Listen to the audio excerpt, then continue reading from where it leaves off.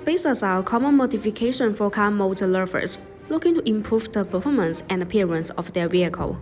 The wheel spacers are available in two types, one with Hub-Centric and one without Hub-Centric. We recommend installing wheel spacers with Hub-Centric.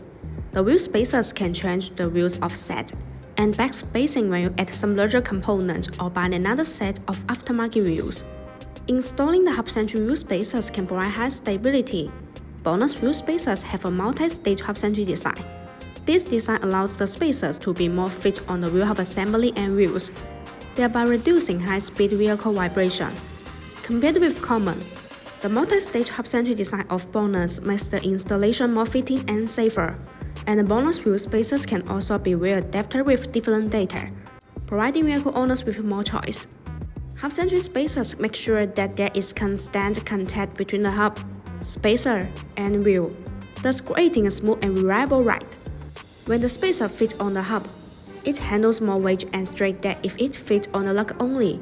This is why this type of wheel spacers is usually more expensive than a lug-centric, because the center hole of the spacer is specific to a certain model of vehicle. Besides, BONOSS FT cooling wheel spacers are designed with heat dissipation grooves to make brake cooling better, distributed in pedal shape. These grooves allow the external cold air to flow continuously inside the wheel spacer when it rotates. The air takes away the heat, so it achieves the purpose of FTly dissipating heat for the braking system. There are small notches that distribute on the corner of wheel spacers.